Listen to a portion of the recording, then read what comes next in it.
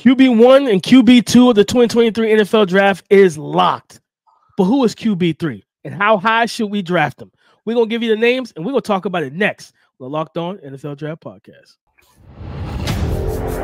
You are Locked On NFL Draft, your daily podcast covering the NFL Draft. Part of the Locked On Podcast Network, your team every day.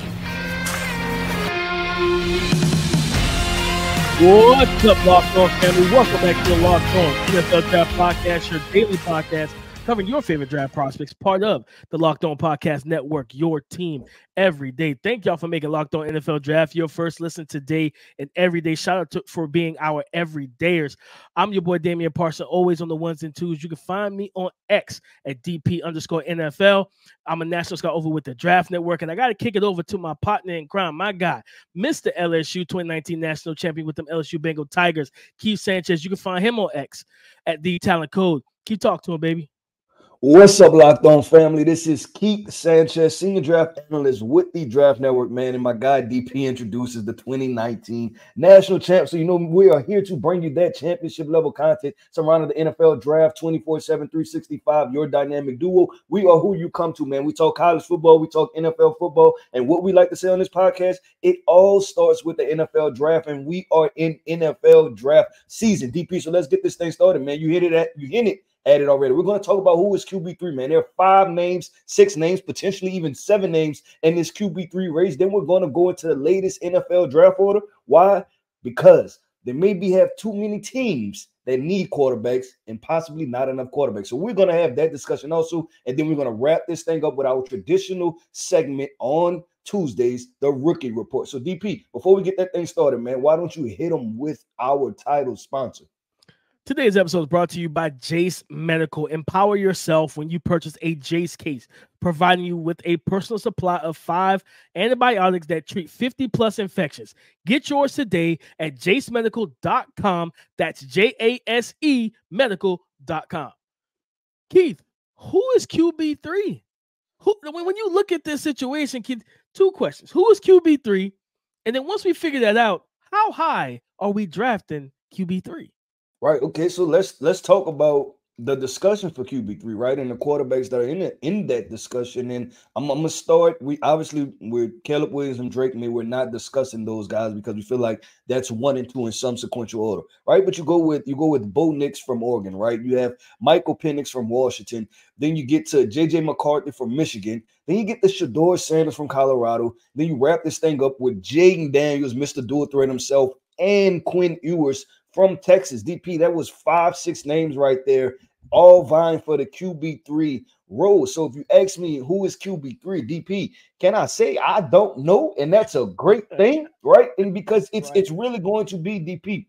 And we'll get into the teams in the next segment, right? But maybe it's what's your flavor, right? What quarterback matches your scheme and your system? Because Jayden Daniels, right? He looks like I should be on the phone and I should be able to call DP. What's my guy that was the OC, Greg Roman, right? Like if Greg Roman's the OC, I'm drafting Jayden Daniels, right? Because I'm gonna let him run. I'm gonna let him run the football. He's gonna throw the football from time to time. So if that's the situation, then Quinn Ewers, right? Like this is a very he's a timing anticipatory thrower. That word almost got me caught up.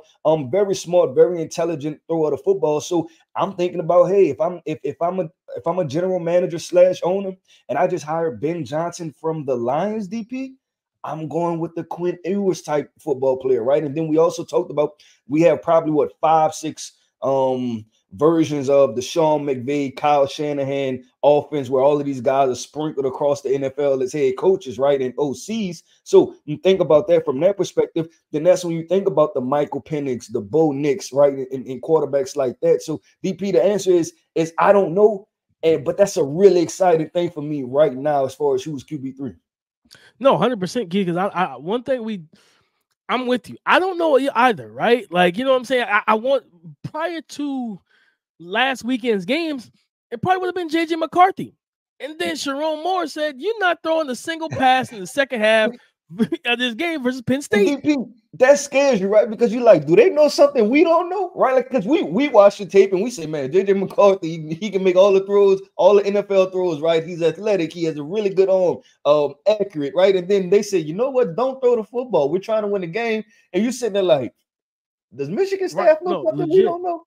What is the reason for that? So it's like, you have J.J. McCarthy, right? So then you look at Bo Nix, and we talked about him on yesterday's pod, like linking him to potentially to Sean McVay and the Los Angeles Rams. But it's like, all right, what if Sean McVay isn't in position to draft QB3? What if it's the New England Patriots? Will Bill Belichick or somebody else take Bo Nix? I don't think so, right? So it's like the QB3 thing is going to be so fluid. And Keith, it is going to be based off a team, based off a scheme. It's not going to be a situation where someone looks at QB3 and think, I'm getting like this isn't 2023 where you say I'm drafting Anthony Richardson at QB3 and I can model my offense around him and I got a star like immediately, right? And we saw the impact of Anthony Richardson the first couple weeks of the season before he got hurt, right? After being drafted behind Bryce Young and C.J. Stroud. But that's not the case now, Keith. It's like a lot of these guys are going to be more depending on where they fall, where they land, who's around them. And it's like, okay, like you said, I don't know. And it's like, okay, in that case, once we figure out who that is, how high will we draft them, right? So if it is a Jayden Daniels, if it is, if it is a Bo Nix, are we drafting those guys top 10? Probably not right now, right? I could see myself probably falling closer to Jayden Daniels because watching the tape, I feel like what he does on a week-to-week basis, I'm watching him take over games. You know what I'm saying? All around take over games. And like that type of stuff does translate. He's not just a guy who has to run, but it's that true bonus like benefit to where if you want to play heavy man-to-man as a defense, cool, go right ahead. You know what I'm saying? But just better tell your pass rushers, don't get out of their lanes, because if they do, and there's nothing there to stop me, I'm going to gas you for 60. You know what I mean? Yep. It's that type of situation. And this is going to be probably the funnest race to watch unfold this draft season, Keith, because as much people will say, well, I want to know who's going to be QB 1 or 2 out of Caleb and Drake. The point is, we know it's going to be either Caleb or Drake. You know what I mean? And this isn't a situation where the Raiders draft Henry Ruggs over Jerry Jeudy and over CD Lamb and all. No, that's not going to happen with the quarterback situation. That QB3 spot, where nobody has a definitive answer, right? We got some people saying Carson Beck at Georgia, who I expect him to go back to school. Yeah, I seen that too. I was like, I thought he was going to come back, but who knows, right, DP? And just to kind of transition a little bit, right, to your second question of how high can he go, DP, I mean, we can only look at relevant draft history, right? And we look at that, what was that, 2021? Was that 2020, 2021? The Trevor Lawrence draft, right? It was Trevor Lawrence, and then it was like every team that needed a quarterback, they just kind of stockpiled on, you know what, we're jumping all the way up there, right? And we seen, was that 5 in the first round? That was, yeah, it was Trevor, Zach at 2, Trey Lance at what, 3, right? San Fran moved up to 3. Then the Bears moved up from, I think, 20 to 11 to get Fields. And then Bill Belichick stood pat at 15 and drafted Mac Jones. Yeah, so that was 5, right? 5 within the first 15 picks. So you asked me, where could quarterback 3 go, DP? Go as high as you want to go, right? Quarterback 3 could be pick number 3, to be completely honest, because I don't expect, and it's more so about quarterback 1 and 2, right? The fact that we think that these guys are going to go 1 and 2 off of the board, right? Especially if there's quarterback needy teams, then the next team up is going to have to be QB3, right? Like that's just how it's going to go. And DP, I want to keep this thing going, right? And I think it leads right to the perfect segue when we talk about DP. Quarterback 3, right? When we say how high can it go? I'm going to list off these teams real quick, right? And we're going to get into this discussion. Chicago Bears, New York Giants, New England Patriots, Chicago Bears again, the Green Bay Packers, the Los Angeles Rams, the Denver Broncos. DP, all of those picks are inside the top 10. So the question is, how high can QB3 go? As high as it wants to go. But the next question is, or the next issue that we're going to address is, are there too many teams and not enough quarterbacks? We're going to get into that discussion coming up next, man. Too many teams, not enough quarterbacks. We spend a lot of time together, you and I. We get fired up together on wins and losses, who starts and who sits. I'm thankful for the connection that we have. And today I want to to get a little more personal. I just learned that you can get a 1-year supply of ED medications.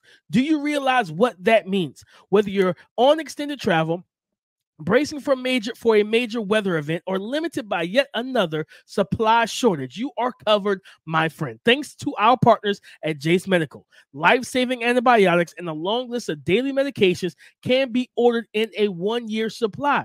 Even ED generics for Cialis, Viagra, and Revatio medications. If you or someone you love would like to get a peace of mind or some peace of mind by having a year's supply of any daily medication, go to jacemedical.com to see if it's offered for you. Remember to use our code Locked On for $20 off your first purchase. Remember to use the code Locked On for $20 off your first purchase. You named a lot of teams. You named a lot of teams in the top 10. And then at the end of that, you said there may not be enough quarterbacks. You know what we can't do, Keith? We can't have a draft. Like, what was that, 2012, right? When it was like Christian Ponder, Jake Locker, Emmanuel. Cam Newton went 1 DP. Jake Locker went pick 8. Blaine Gabbert went pick 10. Christian Ponder went pick 12.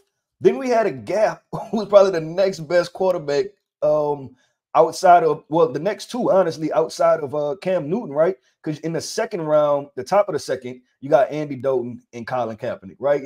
But we're going to focus on those middle names, right? I'm pretty sure that's where you was going with this. Oh, 100%. We can't have that, right? Where we're taking guys where teams are convincing themselves, right? Yeah. That quarterback is so important that we have to reach, right? And that's not what you – and I'm going to tell you what that does, Keith. That allows a team like the Philadelphia Eagles to draft off a luxury because you just keep letting good players fall to them on the board. You let the Baltimore Ravens get top-tier players because you're reaching for positional need and value, right? So when you look at this draft and you look at those names, Keith, and guys, I have right now, Tankathon has a draft order. The Giants and the Bears and Giants are at 1 and 2. New England right now, New England has leapfrogged Arizona. New England's at 3. Arizona's at 4. Right? You got Green Bay at 6, Rams at 7, Tennessee with Will Levis at 8, Russell Wilson, Denver at 9, and then the team that I listen, the Atlanta Falcons at 10. It's at least 5 to 6 teams in that bunch, Keith, that need quarterbacks, but there's not enough in terms of talent and value. Like, I feel like if teams were to reach, if the draft were today, and 6 of those teams would take quarterbacks, that front office is fired within 2 years because you just made a terrible, terrible mistake. Because somebody's going to pass up on Marvin Harrison Jr. Somebody's going to pass up on Joe Alt, on Olu Fashanu, right? On Chop Robinson. Somebody's going to pass up on these guys. Jerzon Newton. You know what I'm saying? Somebody's going to pass up on all these Kool-Aid McKinstry, right? Because you asked me, DP, is Michael Penix a better player than Kool-Aid McKinstry? No, he's not. He's a quarterback, but Kool-Aid McKinstry is one of the best cornerbacks in this class, one of the best players in the country, beside the position, Keith. So this is going to be interesting how this thing plays out, man. Because it's like our team discipline, Keith. Yeah, and we about to unlock something, and we're going to have to save it for another podcast, right? But you kind of hint towards it, and it's which teams are quarterback ready, right? Which teams have the situation for a quarterback? Because we talk about the QB. That's a whole topic for a different show. Yeah, that's why I said we'll save that for another show and really dive into that. But yeah, you're looking at the draft order, and I want to say this. Guess what? Teams, if you need a quarterback and you're not trying to have to come to the end of the NFL season, into draft season, and have to trade away 3 first rounders and another second rounder in 2025 or something like that. I hate to say this because we know that this goes against what I feel, right? But if your team is bad, you better go ahead and commit to losing, right? Stop playing around because they got some teams losing out here, right? The Cardinals are losing. The Cardinals are taking the Mels, they're stacking them up. The Patriots are bad. The Patriots are not good. So the Chicago Bears, right? Hey, Justin Fields, his finger messed up again, right? So this Tyson Bagent thing, they losing some games out there, DP. So I'm just looking at it from that perspective, and I'm like, yes, like if you're a team sitting towards the or you feel like you need a quarterback, right? Because these are the teams that's going to be stuck in no man's land, right? Like the Atlanta Falcons. What are y'all going to do, right? Like the Atlanta Falcons, the Denver Broncos. Do you plan on running that thing back? Tennessee, DP. Now that there has to be, and we talked about this last week, right? The excitement of Will Levis. How do Titans fans feel now? I think obviously he's going to need more time. You know what I'm saying, to be able to get the clear picture. But if they lose out, DP, where are the Tennessee Titans going to be in this draft? And if he looked the way he did this past Sunday as they're losing out, yes, a conversation has to be had. Yeah, a conversation will be had, right? So I definitely think there's so many different discussions to pull away from it. But if you look at it right now, he's sitting with the Chicago Bears with, I mean, they have 2 picks in the top 5, DP, and you can't beat that, right? And that number 1 pick is Carolina's picks, and you feel really good about what Carolina is doing over there as far as to give you the number 1 pick and secure games, right? To secure that number 1, no, 100%, Keith. And when you look at when you look at all these teams, right? Like, who could get who in this top 10? Who could get away with, in my opinion, who could get away with not drafting a quarterback? I think Denver could get away with it. Of course, Arizona, right? What we saw this weekend from Kyler Murray, he just looked like Kyler Murray he looked like he never got hurt, man. You know what I'm saying? To do the stuff he was able to do to put that team on his back and lead them to a victory late in that game, right? And I think there was a quote where they said he went to the coach, Coach Gannon said, he walked up to me and said, "I'm going to lead us down there and get us in position to win." And he did that, right? So I think they're as long as that continues, I think that the Cardinals, you can kind of wipe them out of the QB conversation. But then you kind of look at the Jordan Love thing with Green Bay. Like, do they say, well, David Bakhtiari is continuing, like he's out again? Do we go left tackle and just trust that Jordan Love can take an ascension in year 2 as a starter, even though he's been in the league for 4 or 5 years, right? This is his first year as a full-time starter and getting those reps, right? Like you said with Atlanta, like, y'all put yourselves in this position by sticking with the head coach who wants to run the ball like it's 1965, right, and drafting passing options to still not throw the ball and not know what Desmond Ridder was entering the 2023 NFL draft.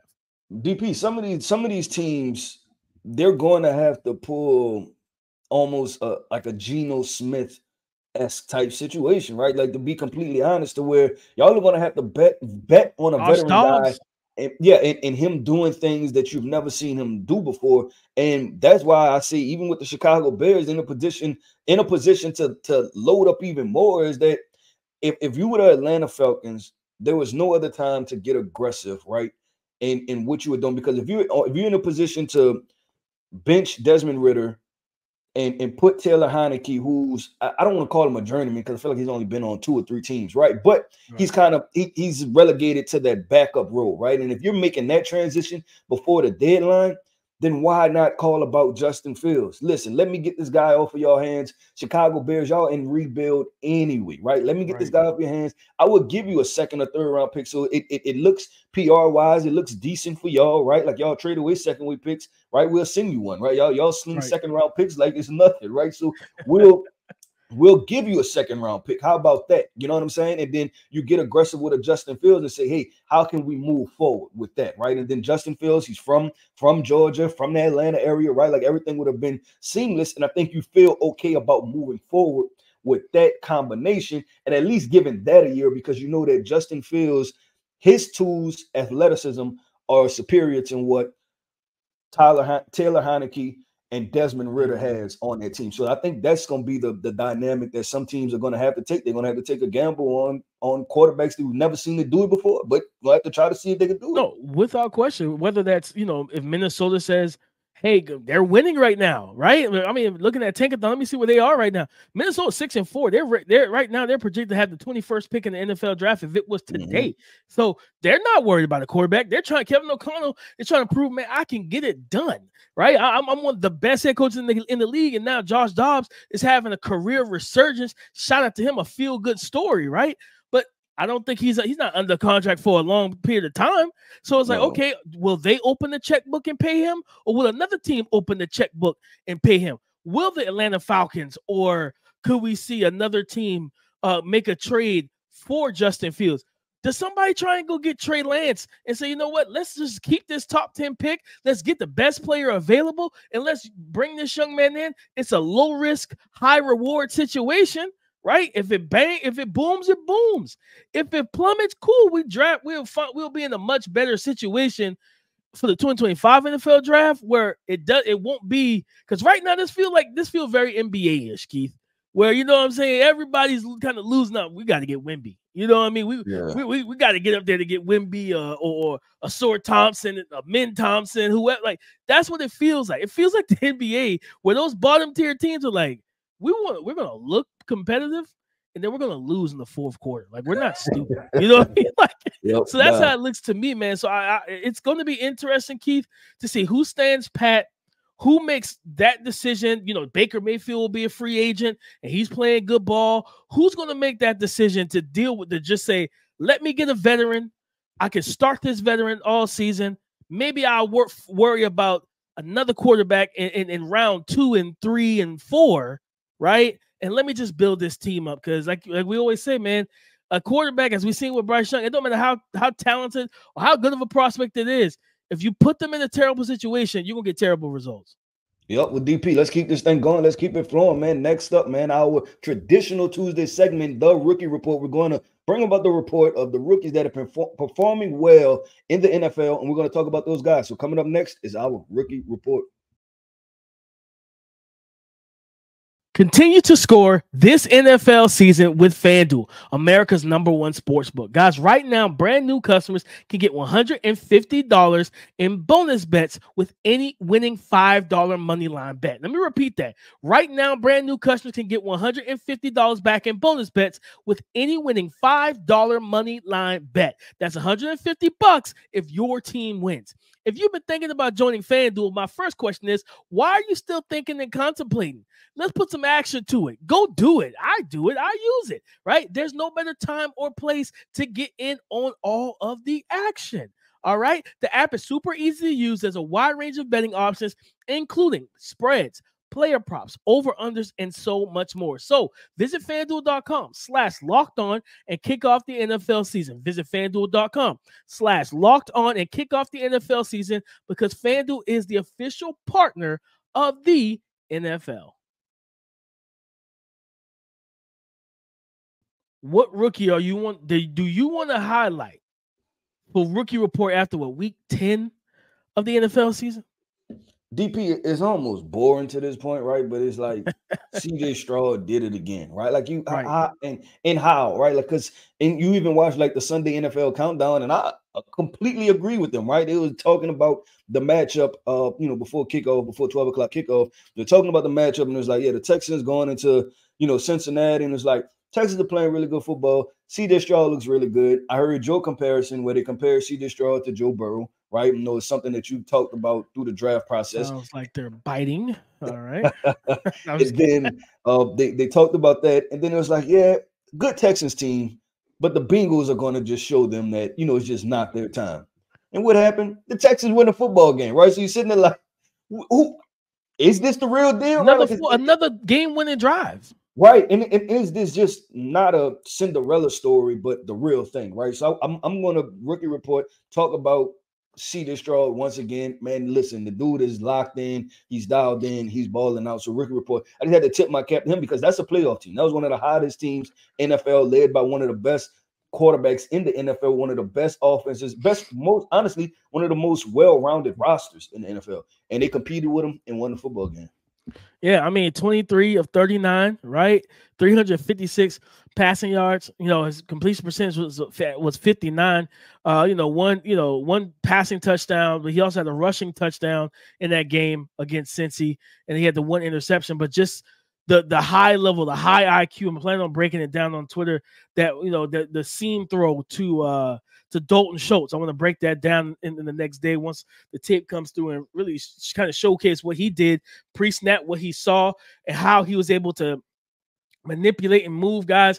Man, he's just playing at such a high level, Keith. And I'm gonna be honest with you, I can't recall the last time I seen a rookie quarterback play at this level. Like, you know what I mean? And it's not like he's on a very like this. He's on a young team.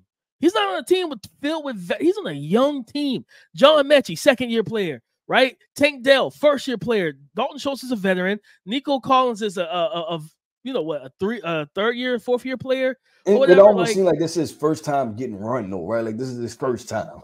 You wonder, Davis Mills, why couldn't you get him the football this whole time you were in Houston, right? So it's just outstanding what I'm seeing from him, Keith. But I'm gonna tell you something, man, and I'm gonna keep this a buck, bro.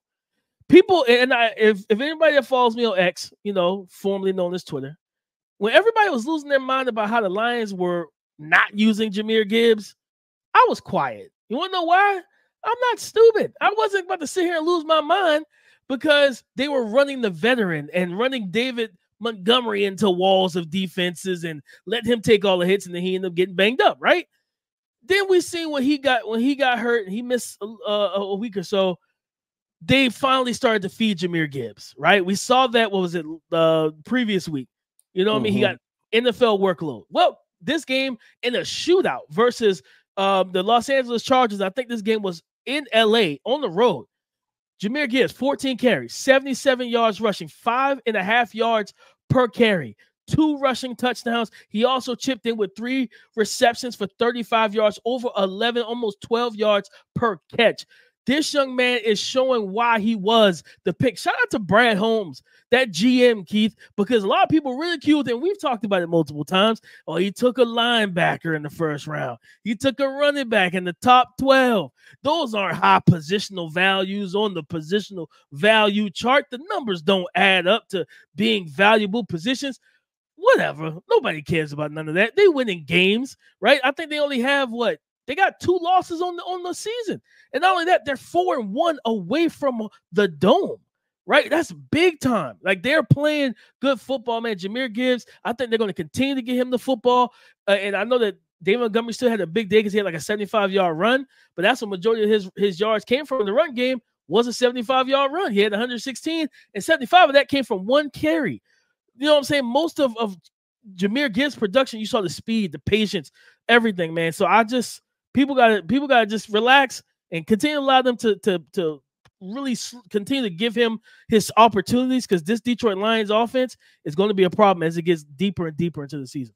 I agree. Jahmyr Gibbs is unlocking another level, man. Just staying patient with him and allow him to do what he does, right? Do what he does. And DP, that's exactly what we're doing over here, man. We are the Locked On NFL Draft, the best draft podcast there is out there. Like we say, we talk college football, we talk NFL football. It all starts with the NFL Draft, man. I want y'all to hit the like button, the subscribe button, the comment button, and you can comment directly to us, right? You can find me, Keith Sanchez, on X at DTalentCode. You can find DP, Damian Parsons. You can find him at DP_NFL, man. And like we always like to say, man, y'all talk to us because we like to talk back.